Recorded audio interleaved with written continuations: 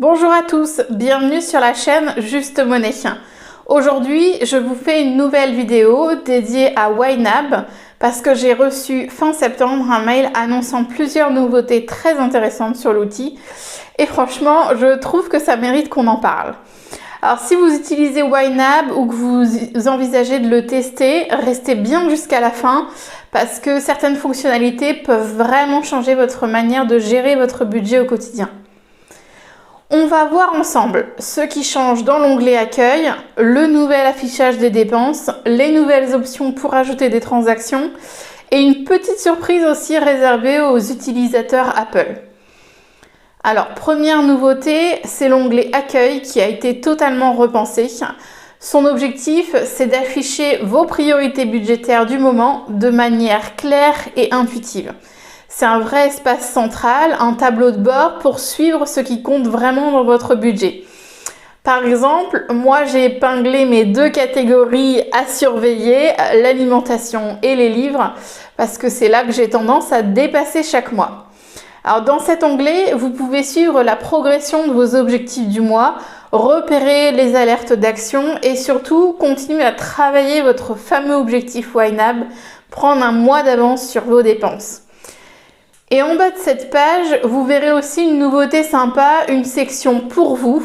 YNAB, il sélectionne des articles, vidéos et podcasts récents sur la gestion du budget, et ça sans quitter l'application.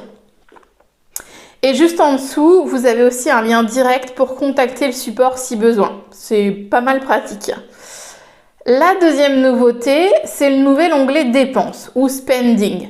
C'est un vrai centre de suivi, vous y retrouvez toutes vos transactions au même endroit, mais surtout, et je trouve que c'est ça vraiment la plus belle nouveauté, il y a maintenant une barre de recherche qui est très efficace. Vous pouvez comme ça retrouver en quelques secondes une dépense précise, par exemple le nom d'un restaurant, la date du dernier entretien de votre chaudière. Bref, c'est comme ça beaucoup plus rapide pour naviguer dans l'historique de vos dépenses. Troisième amélioration, vous pouvez maintenant ajouter une transaction depuis quasiment n'importe où dans l'application. Les boutons plus sont visibles et accessibles dans les onglets Accueil et dépenses. Alors résultat, vous suivez vos dépenses plus facilement et sans perdre de temps. Et enfin, je vous en parlais au début, petite exclusivité pour les utilisateurs Apple. Si vous avez mis à jour votre iPhone vers iOS 26, vous pouvez maintenant interagir avec YNAB via Siri. Par exemple, vous pouvez demander « Dis Siri, quel est mon solde de course dans YNAB ?» Et Siri vous répond directement sans ouvrir l'application. Et si vous aimez les automatisations, vous pouvez aussi créer des raccourcis Apple pour afficher par exemple votre solde de course dès que vous entrez au supermarché, pour ajouter automatiquement une dépense quand vous quittez l'épicerie par exemple. Bref, YNAB s'intègre encore mieux dans le quotidien et ça, je trouve que c'est vraiment un pas en avant pour rendre la gestion du budget plus fluide. Alors voilà pour ce petit tour des nouveautés YNAB. Perso, celle que je préfère, c'est la section top priorité parce que je vois tout de suite les catégories où je dois faire attention et ça sans devoir chercher dans tout le budget. Dites-moi en commentaire quelle nouveauté vous trouvez la plus utile et si vous l'avez déjà testé sur votre application.